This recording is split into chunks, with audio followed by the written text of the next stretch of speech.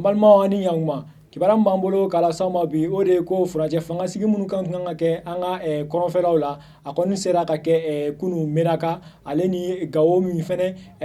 gɛlɛyaw tun bɛ ka sɔrɔ olu ka o furancɛ fangasigi n'u b'a f'u ma ko autorité intérimaire olu kɔni a sera ka kɛ yen fɛnɛ bɛnkan sɔrɔla jamana ɲɛmaw ale ni population ani groupe armé min ni o ye kɛlɛbolo ye CMFPR2 n'olu tun ye conseil régional minɛ nin dugu kɔfɔlen na Gawo olu sera ka bɛnkan sɔrɔ wa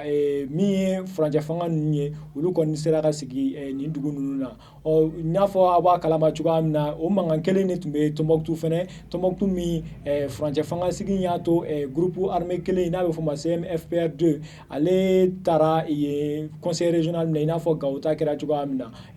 Tombouctou kelen in fɛnɛ na yen an bɛ se k'a fɔ aw ye fɛnɛ ko yen jamana dugudenw fɛnɛ olu fɛnɛ tɛ autorité intérimaire min kan ka sigi yen yɔrɔ la olu fɛnɛ ma sɔn n'o ye kosɛbɛ ko k'a d'a kan k'olu olu sen ma don o mɔgɔ sugandili waati la nka an t'a dɔn ko bɛna kɛ cogo min nka bi de Tombouctou kan ka sigi nka n'o kɛra cogoya min an b'o fɛnɛ da aw tulo kan o tɛmɛnen ka bɔ yen an b'a yir'a la k'a fɔ fɛnɛ ko région 9 fɛnɛ kan ka dilan olu papiyew yɛrɛ bɛɛ dilannen don ka ban olu tun kan ka waleya Mali ɲɛmaw fɛ nka hali bi o ma kɛ o région 9 ninnu i n'a fɔ Joyila b'o la San b'o la Kucala b'a la Douentza b'a la ale n'a ɲɔgɔnna caman olu diminenba olu population kɔni olu dugudenw kɔni diminenba don nin waati in na ko k'a d'a kan ko olu ma se ka jɛn n'a ye cogo si olu tɛ se ka jɛn n'a ye cogo si la ko région 2 tun b'olu la ni o ye Menaka ale ni Tawodeni ye an ka kɔrɔnfɛla la olu kɔni sera ka waleya olu taw ma waleya hali bi hakilina jiginna nin région ninnu olu papiyew kɔni a ko bɛɛ ɲɛnabɔla kabini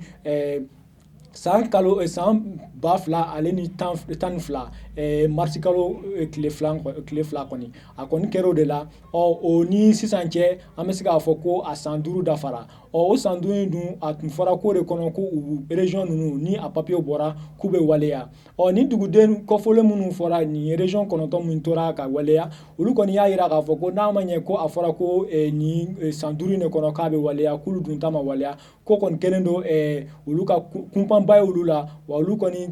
tɛ se ka sigi cogo si la nin cogoya la k'a sɔrɔ olu ka région ma waleya ko de kan k'olu kɔni b'a jira jamana ɲɛmaw la ko tant que n'olu ka région ma waleya ko kalafili minnu bɛna kɛ ni o ye régional ni local ye k'olu kɔni bɛna ko bɛɛ kɛ walasa o kɔni kana k'olu fɛ yen ko i n'a fɔ kɔrɔnfɛla taw kɛra cogoya min na ko furancɛ fanga n'a bɛ f'o ma autorité intérimaire n'olu ka région ninnu ma waleya k'olu fɛnɛ bɛ ko bɛɛ kɛ walasa o de ka sigi olu ka yɔrɔ la fo nin ko ninnu bɛ ɲɛnabɔ cogoya min na ni kunnafoni de tun b'an bolo k'a las'aw ma bi an ni ce aw ka tulomajɔ la